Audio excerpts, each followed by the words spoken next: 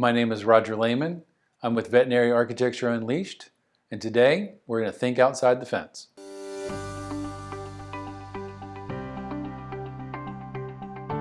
Would you like to generate more revenue in the existing space you have? Well, today I'm going to help you think about how to do that. A survey I read asked, if you had an extra 200 square feet, what would you do with it? A majority of your colleagues answered that they would add another exam room, followed by a bereavement room that would double as an exam room. More storage made the list as well, but that does not generate revenue. However, if the only location you have to expand into is useful for storage, it may free up valuable space elsewhere that we could find to generate revenue.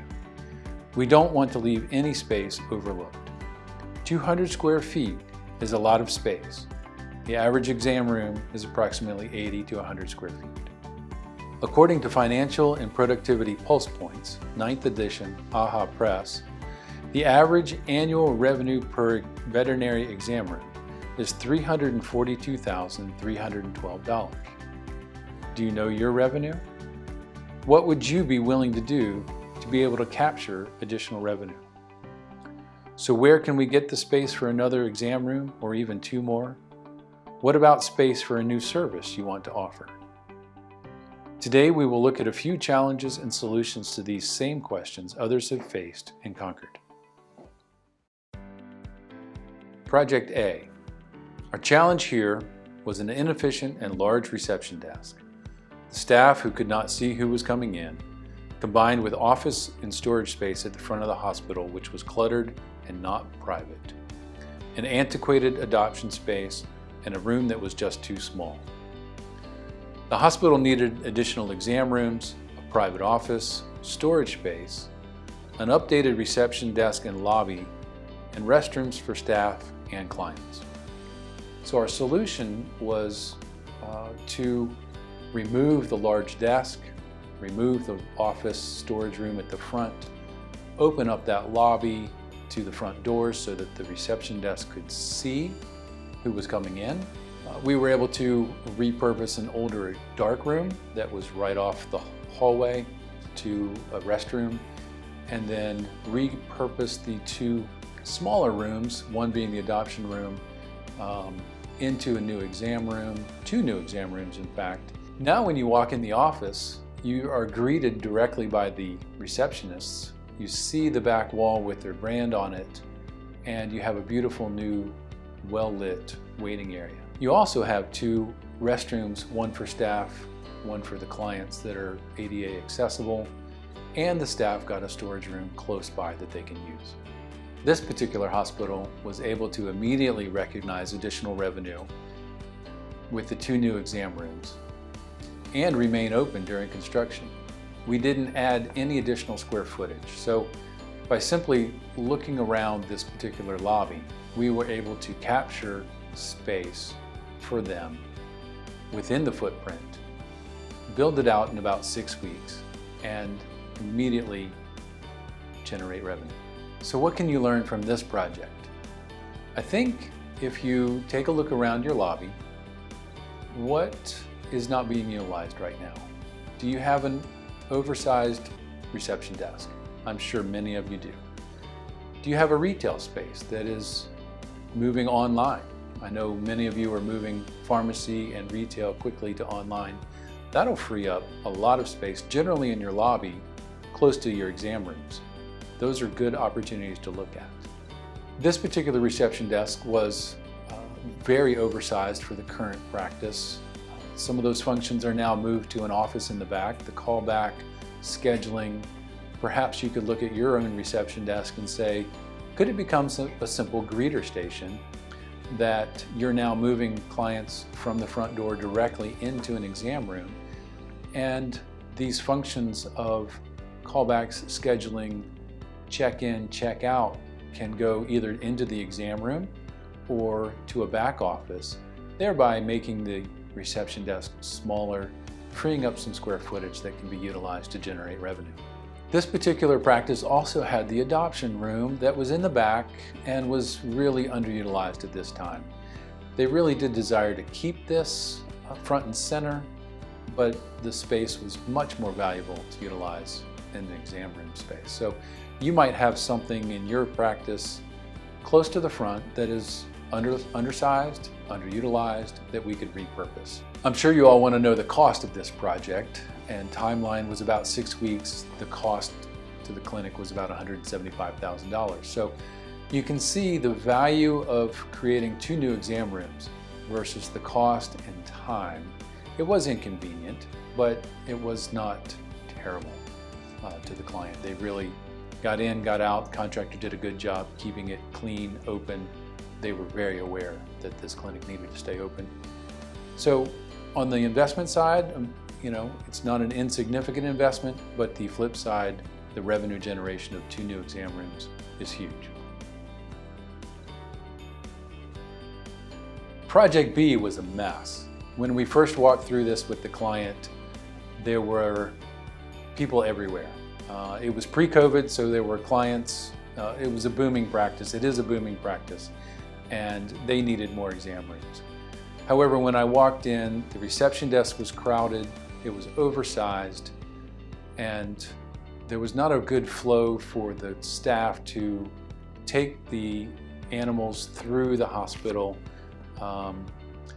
They wanted to offer dental services, which they could not, and they didn't use the boarding space anymore, so we had an opportunity there. Their retail, they'd really been migrating their customers online, so the retail space was available, and the client really needed some restroom space. What we also observed when we walked through was that the break room and the staff office was all in one space, so they really didn't have any quiet space to get away, think, and plan their day. Again, this project, 4,500 square feet, we did not expand the building.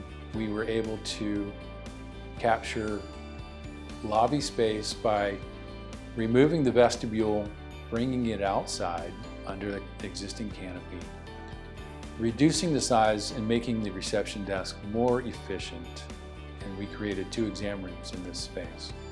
We moved all kinds of functions around. It was really a Tetris project. We moved the break room to the back, we moved laundry to the back, we moved surgery up to the laundry room, and in the old out-of-date surgery suite we created a dental space with 2 tables. And so between the 2 new exam rooms and the 2 new dental tables, their opportunity to generate additional revenue is very strong, and they are doing well. Again, this project took 8 weeks and cost about $250,000. So quite a much bigger significant than Project A. However, the additional revenue they can capture is much greater. So a few takeaways for Project B. Oversized reception desk was reduced and made more efficient. Boarding space that was unused became laundry and more back of house services, thereby creating an opportunity to move a surgery suite into that more centralized location, but also creating space within the hospital itself to offer a new service of dental that we were able to place 2 dental tables in there. They're very excited about that opportunity to provide that service to their clients that they couldn't before. So by merely moving some rooms around, not adding additional square footage, we were able to create additional revenue opportunities for them.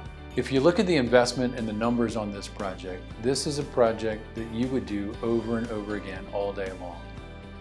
To invest $250,000 and create 2 new exam rooms and a dental suite that you can offer a new service to your clients, this pays for itself in less than 6 months.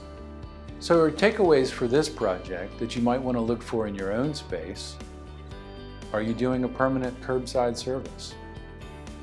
Have you changed something like boarding that you no longer need that space for? Is there a new service you want to offer, such as dental or other special procedures? Do you have, or can we create, a covered porch for waiting and make your lobby smaller? Do you have an old dark room that we could repurpose? These are all proven strategies that can generate immediate revenue for you in your own clinic. This next project is your classic inline veterinary hospital. about 1,400 square feet. We've seen them range from 14 to 1,800 square feet. They're on the end cap, and they have simply grown so well and so successfully that they need more space. They were facing relocating. Very fortunately for the doctors, the space next door became available. This is a situation we find often in the retail shopping center environment. So it is something to consider as you think about leasing that space, to go ahead and ask the landlord for that right of refusal. If that tenant moves out, it might be too early to grab that space, but it might be just in time. So if you go ahead and talk to your landlord now, make them aware that you are outgrowing or that you would desire that space or even some of that space. That might be a favorable position for you with the landlord. As the architect for this project, the design challenge was really not necessarily how to keep the clinic open, but how to merge the two spaces once the wall came down.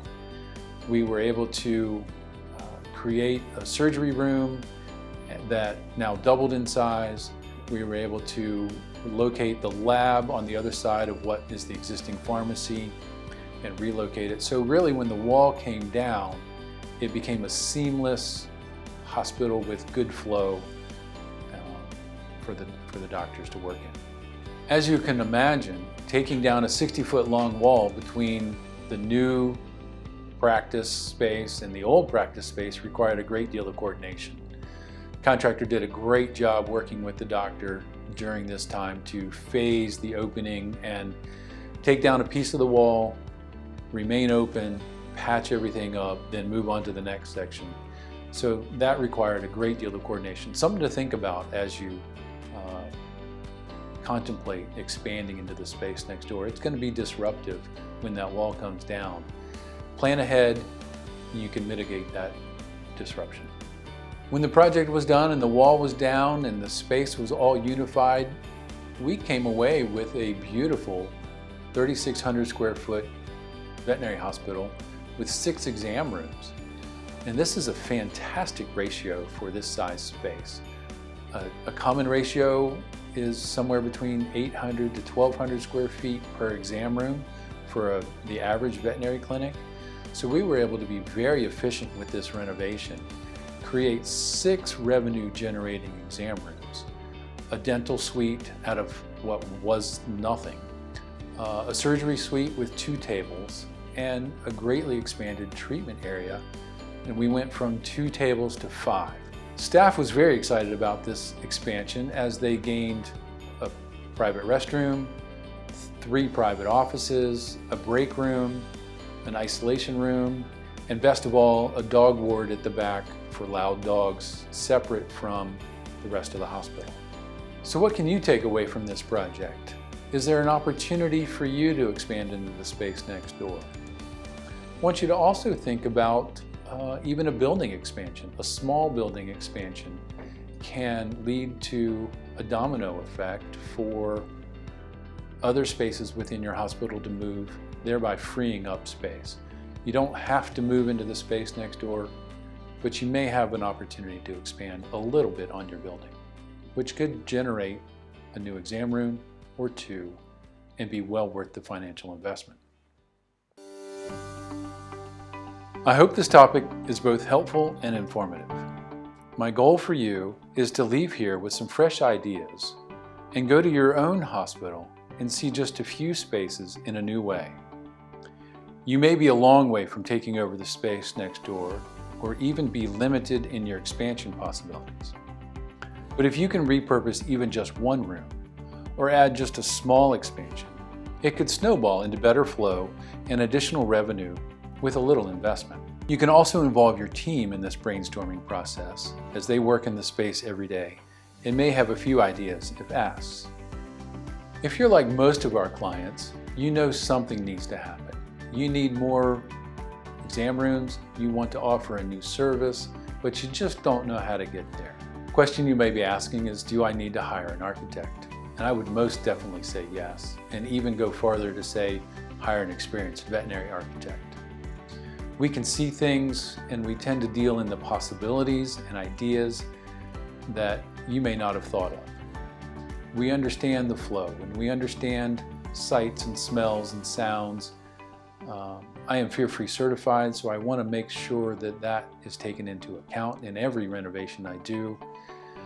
My goal and our goal is to make you money, not cost you money. Some expansion renovation ideas may cost more, but the investments will be well worth it. I would welcome the opportunity to work with you to look at your space from a revenue generating standpoint to see if we can find some opportunities for you. My contact information is on the screen. Reach out to me if I can be of any assistance, answer any questions you may have about the presentation. And don't forget, think outside the fence.